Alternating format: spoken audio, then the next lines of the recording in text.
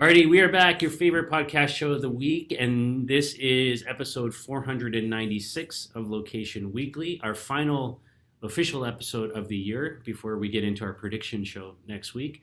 Brianna, how are you? I'm good. I am, just like that last stretch before we celebrate Christmas. So it's like, making sure I've got everything wrapped up, getting things together for cooking a big meal. Well, big meal for our family here in the house.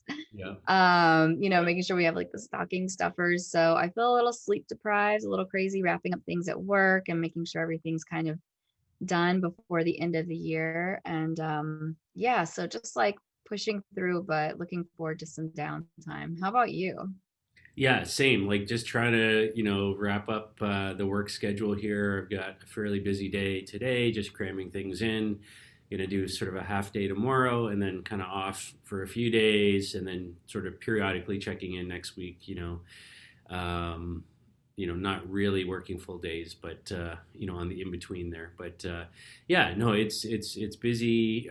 We just went back in here in Ontario into full lockdown that starts on Boxing Day on the 26th. For 28 days, so a full month. Basically, they've gone into complete lockdown like we were in March. And so that's a bit of a downer for everybody, especially over the holiday season. But the government up here figures, the best time to lock down is now when people are at home anyways with family and not at school and so on. So let's, instead of doing it in February when it's, worse and everybody's back at work or whatever. So that's the thinking. So we'll see. And, you know, um, other than that, we're good. I mean, the NHL is coming back, basketball's back, baseball, I'm waiting for the Blue Jays to pull the triggers on some trade or something or sign Springer or whatever, hopefully that'd be good. Other than that, I'm good. Yeah, we'll see. We'll see if we can sneak in a prediction. Can Aubriana record from somewhere other than her bedroom in Yes. All right. 2021? Okay. We'll find out next week. Tune in next week for our prediction show, and you'll find out. Yes, right. Alrighty, so we have five stories for you this week. Threw in a little extra one in there because it was really short and we wanted to cover it. But five really interesting, items that we wanted to share with you this week. And as per usual, I'll let Aubriana kick us off. All right. Well, this is a announcement coming from one of the big players, the big tech players, we're always announcing about. Amazon has decided that Amazon Web Services will be introducing their version of Amazon Location Service. And so it's a new offering that's going to be on its cloud platform. So it'll enable companies to add location based capabilities into their apps. This is creating some competition potentially for Google and even Microsoft Azure. I don't even know.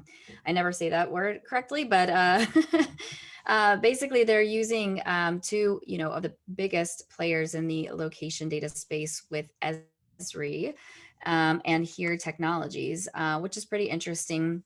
So some of the capabilities they're talking about and use cases include things like tracking your package. Obviously, that would be beneficial, as well as geofencing capabilities, knowing when someone or a package is entering a specific warehouse or leaving. And then also being able to embed maps in applications. So something that they're touting is affordability, kind of like a pay as you go type of deal versus maybe what Google offers where maybe you're paying upfront for queries or like kind of in a bucket. Um, and, I think that it's interesting. I do see the value, especially for Amazon, to be able to track packages. I think, Amazon provides a lot of fulfillment, even for smaller businesses that use their marketplace. And so, having the ability to maybe push this in from an app, I think about how sometimes, occasionally, really using Facebook Messenger for like package tracking is interesting. But what I feel like is a little frustrating is I get frustrated seeing all of these big guys move into this space and a lot of the smaller players who have been there for a while getting pushed out. Um, It's interesting because, a lot of the smaller players are getting wrapped up in things like, privacy concerns, right? So they're calling smaller players out in the space for privacy concerns whenever we've got like these big giants like Amazon that are listening to us all the time. I mean, I'm guilty of using it as well, right? But we know like the the detriment of these like small players are these big players. So I think that's a little frustrating to see, to continue to see just like these monopolies grow. But I do think that as far as this capability and looping it in with Amazon from a fulfillment perspective makes complete business sense. And I do think they'll probably give, Google and Microsoft a run for their money on this. Yeah, I think this is a super interesting announcement from AWS. Obviously, we know that there's been a lot of shakeup this year in the location data space, in the mapping space, and I think it's from an affordability point of view, and I can speak as a from a ground level, personal experience point of view, we obviously license and buy location data from different players to power our platform, and it's not the cheapest thing to do by any means. And so if there are solutions, like this that are coming out there that are kind of pay as you go or build it, enabling developers to build things and test models before sort of committing to long-term contracts and things like that. I think there's a lot of opportunity for AWS to really make a dent in the industry here. So I'm sort of a bit excited by this. I think I'm fascinated that Esri and here are the technology data sets behind what they're doing. It makes sense. Obviously, they're the two of the biggest in the world at what they do, and I think on the package tracking side, it's a no-brainer. I mean, obviously, Amazon's in that business for their own stuff, and now, as you said, they power delivery services for so many other small businesses out there.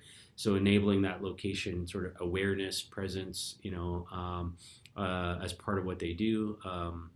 Makes a ton of sense.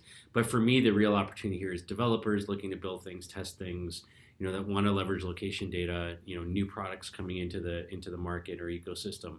I think this is a really powerful set of tools they're making available and it appears to be quite cost effective. So I'm encouraged by it, I guess. All right, our second story this week, really short one, that our good friends at Mood Media have been acquired by Vector Capital. So Vector Capital is a private equity fund, and they've acquired the assets of Mood Media.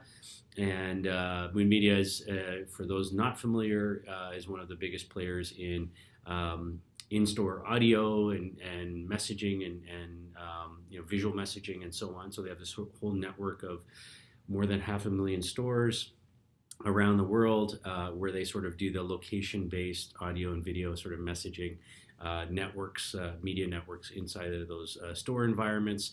I think this is, there's been a lot of changes at Mood Media over the last year and a half in particular. There's been a lot of movement in the industry overall. Another player called Vibenomics has really sort of stepped up in the last little while. They've raised a lot of capital as well. I think something like, I think 6 million or something just back a few months ago. And I think even earlier in the year, in the spring, they had raised, 4 million plus as well. So there's a lot of capital coming into the space. There's a lot of opportunity. For this segment, and yet I think that Moon Media sort of, in a lot of ways, sort of struggled to stay relevant and didn't necessarily move, with the times as much as they could have, and allowed Vibenomics and others to come in. And so, I see this as a positive move. I see it as a sort of a new life for Mood Media, sort of under the control of Vector Capital, and hopefully, an ability to sort of really, really compete again and develop new products and services. So, any quick thoughts on that? Yeah, I mean, I think it's interesting right now, like the shift in, more like indoor retail media and what this time is doing, like what shifts there and what changes may apply in the future. So it'll be interesting to see what happens as they get acquired, if anything changes, if they may be packaging it up with some other features from other companies, or what moves forward. But yeah, not much to add there. Yeah, and what kind of impact does like the pandemic have on this sector, Yeah. right? Like, if people ultimately aren't going to be spending a lot of time dwelling inside of retail locations and businesses, how much does in-store audio and video and all that actually matter, right? In terms of its ability to impact and influence. So I think those are questions, that nobody has an answer to right now. We all hope that we can get back to regular, shopping and business. And Mhm. if that's the case, then they're in good position. And if not, then we'll have to see. So, all right, turn it back to you. Or does it maybe couple itself with something like Canatrace, where it's like you get media with safety messaging? Who knows, Yep, right? There's lots of exactly. ways that could go. Yeah, that's a possibility. All right, we're going to go completely different direction now and head over to Asia, where Starbucks has partnered up with Pokemon Go. Pokemon Go is still around; folks are still playing it, and they are, basically collaborating to transform the Starbucks stores into Pokestops and gyms in the game. And so this is available in 5 different countries: Hong Kong, Indonesia, Philippines, Singapore, and Thailand. So you can also, the players who are using Pokemon Go can also get Starbucks treats and enjoy them on the go. And they've also increased the range of the game in order to remind customers to social distance, and like looping in the requirements for that, and just making sure that while you're playing the game, you're still, doing that safely, which is great. It's interesting to see. I like seeing these types of collaborations again, and just like getting outside. I don't know if so I'm in Atlanta, but I'm like in a suburb of Atlanta, just right outside of like the city proper, as you would say.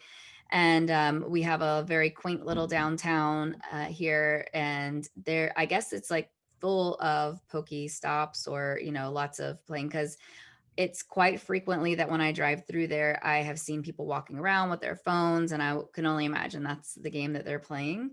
And it's interesting just to see how, like, cities and small little towns can make these attractions to bring more people in. So we have like one little main street, and probably 5 or 6 restaurants, and maybe another handful of little shops, and that's really it. But people are there, there's some parks, and people are walking around, and I think the city uses that, right? That's driving business to those stores. And especially in a time like this, it's great to see, like, some of those small businesses still open to the public, and being able to keep their doors open in some way, or open, offering like curbside pickup and things like that. But it's great to see, like, these kind of stories give you a little bit of hope that there's still some level of like driving people into a store. And I like the idea that they're thinking about, how do we do this safely? How do we encourage people to play the game safely, but also, boost up our business? And I like that Starbucks is thinking of that as well. So, it'll be good to see like how other businesses can get involved. Whether they're small, they just, create their own Stops, or they actually can sponsor and partner like Starbucks can with this. So what do you think? Yeah, no, I think it's a great partnership. I love that, sort of they're playing on the sort of health and wellness aspect of this, with the sort of, fitness and trainers and all of that. And I think that's a good fit for the Starbucks brand, and an interesting way to leverage, obviously, the Pokemon Go platform. I'm with you. I think right now, when foot traffic's down across every sector of retail and restaurants and so on, using technologies like this, scavenger hunt type technologies, AR, and so on, to get people to engage and do things in their communities, in their local high streets and main streets, I think is an interesting way coming out of this pandemic to really sort of bring that sort of audience back. And it may be that you don't even have to bring them into your building as they were before. Maybe it's just, hey, Mhm. find, three really interesting trees in the neighborhood, and go and check in there and kind of do something there, and then you earn a reward at our local gym or what have you. I don't know, like that kind of thing. And I think there's a lot of neat ways to do that, to really use technology to create experiences and game mechanics and all of that aspect to it. And I'm with you. I think there's a real opportunity, not just for retailers and brands and merchants, but for the municipal governments to really sort of engage and do things, and to actually use some of the funding they're being given by other levels of government, perhaps in some cases, as this is the case here in Canada, for example, to really help sort of get the economy moving again, the stimulus aspect of it. This is like a great type of technology to apply to that, in my opinion. So Yep, yeah. for sure.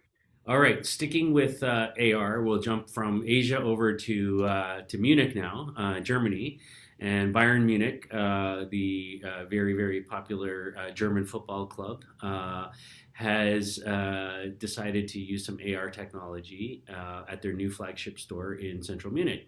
So if you're a sports fan at all, the power of the athletes and their brand, and people seeking autographs and all of that. Now obviously in the pandemic, nobody's able to do that anymore, so they've decided to kind of try to create a virtual way to do this, and sort of playing off a similar campaign and similar technology that was used by the NFL's Dallas Cowboys team. Essentially, you show up at the store, and then they've got this technology that basically detects that you're there, and then it's developed by a German company called Sensap, I think is how you say it. Sensape. I don't know if I'm pronouncing that or butchering it. I'll have to ask Karsten about that one. But anyways, basically, the system recognizes you as a fan standing in front of the device that they've got set up, and then it automatically starts the AR application. And then you basically pose for a picture with your favorite, sort of athlete on the team, kind of thing. It automatically adjusts for exposure and light and all that kind of stuff. And then it basically renders a photo that's very real. It looks like you're actually standing beside the player, getting your photo taken. And then you can download the photo to your smartphone via QR code, and you can share it with your friends on social media and so on. So I really like it because it creates content for the football club, that can be shared on social and tagged and so on. You're getting, as a fan, something that you would have gotten in a physical way before, and maybe even more easily than you would have gotten it before. And you still have a chance to interact with the brand. So I think it's really smart, and interesting campaign. What are your thoughts? Yeah, I love like whenever there's a social component to it that is creating this organic content that fans or, brand enthusiasts can use. I think it's just like it's free marketing in essence. And so I'm always a big fan of that. So I like that they have brought that in. And I think it's, from like a sports enthusiast perspective too, just being able to like have that type of a I don't know, a memory that you could create for your kid or, you yourself, if you, like you said, if you are a big fan, is really is fun. And I think that it's good. It's like something that's encouraging right now during this time, especially when a lot of times you can't go and watch the games or, it's very hard to be able to go because if you can, there's limited tickets and things are just way different than they were before. At least for, the most of the sports happening. So I think that it's great that they are still trying to just, you know, encourage that connection that fans really feel. And obviously, soccer, football is like a huge part of Europeans' life, especially. Um, and so I think that this is fun. Yeah, and not only like is this where our good friend Karsten is from, and obviously the local big club there in Bayern Munich. But now there's a personal connection for me because there's a Canadian on the starting 11. Alfonso Davies Mm. plays for the team now. So now we've got to watch. So there you go. Yeah, there you go. That's cool. All right, well, we're going to move from a fun story to a not so fun story. A company called Display Technologies LLC has filed suit against Gimbal's company, which is Payday Inc., saying that they have infringed on their patents. And this is for their location-based marketing and advertising platform. They're saying that Gimbal has infringed on this. So I found this story very interesting, specifically because this is the quote that I'm just going to read because it's actually like talking about how they're noting that Gimbal has infringed upon this patent is that the product is configured for customers to receive a media file or a notification or an offer by a media terminal, which would be a smartphone, from a media node, which is a Bluetooth beacon, over a communication network, so a wireless network through a communication link. Okay, I'm pretty sure that every single advertising platform is sending notifications via Bluetooth to your smartphone over a wireless network. That's just the way things work. And if that's the basis of this, I feel like this is a far stretch. So I wanted to see like who is Display Technologies, how big is this? And whenever I pull up their website, they are actually focused on beverage merchandising solutions. So this is even a further stretch from like what their core focus is. And I understand that most patents, it's hard to enforce them. Specifically, it has to be very detailed on what you're going to do and why it's different than what everybody else can do. So for me, I feel like this is a stretch. We'll see what happens. I mean, anything's possible, but uh, I would say that if Gimbal is infringing upon what I just stated, so is basically every other advertising network. This is something that when I first got into proximity marketing, 10 plus years ago when I reached out to you and had, was introduced to the LBMA, I was working for a company that did this, right? And it was before its time and we used Bluetooth and we used Wi-Fi to connect and push messages to consumers' phones when they were in shopping centers. And it was a very like antique way now, but it was very like futuristic at that point in time, and that was 10 years ago. So to say that this type of technology is infringing on a patent, um it seems it seems like a far-fetched thing. Obviously I don't know the details, but it would be interesting to sit in on that case when it gets presented. Thoughts? Yeah. So in general, I'm 100% in alignment with you with one caveat. So I think, yeah, I mean, everybody in the Bluetooth marketing industry, all of our members, at the Location-Based Marketing Association who, make beacon technology, do beacon-based networking, any of that kind of stuff. This is kind of the table stakes. This is what they do, right? Like every one of them. So to single out Gimbal versus anybody else, I think is, I'm not really sure where this is going, and this has been going on for a long, long time. So I'm completely in alignment there. I think the only thing I would say is, in looking at the company that's filing this, as you say, they're in the beverage marketing space. I'm assuming, I don't know a ton about them. I'm assuming that means they're all like in the vending machines and, all that, type of space.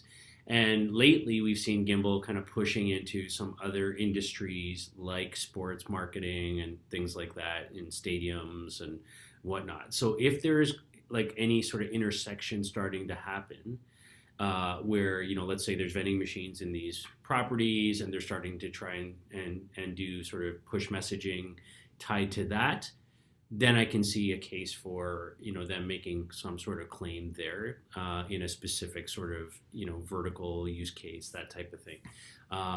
But I don't know that. I'm just speculating at this point because I don't know enough about the company that's filing the claim here, and that could be fully legitimate. But like the reality is like every one of the companies, we could both name a dozen plus companies that do this and have been doing this for years.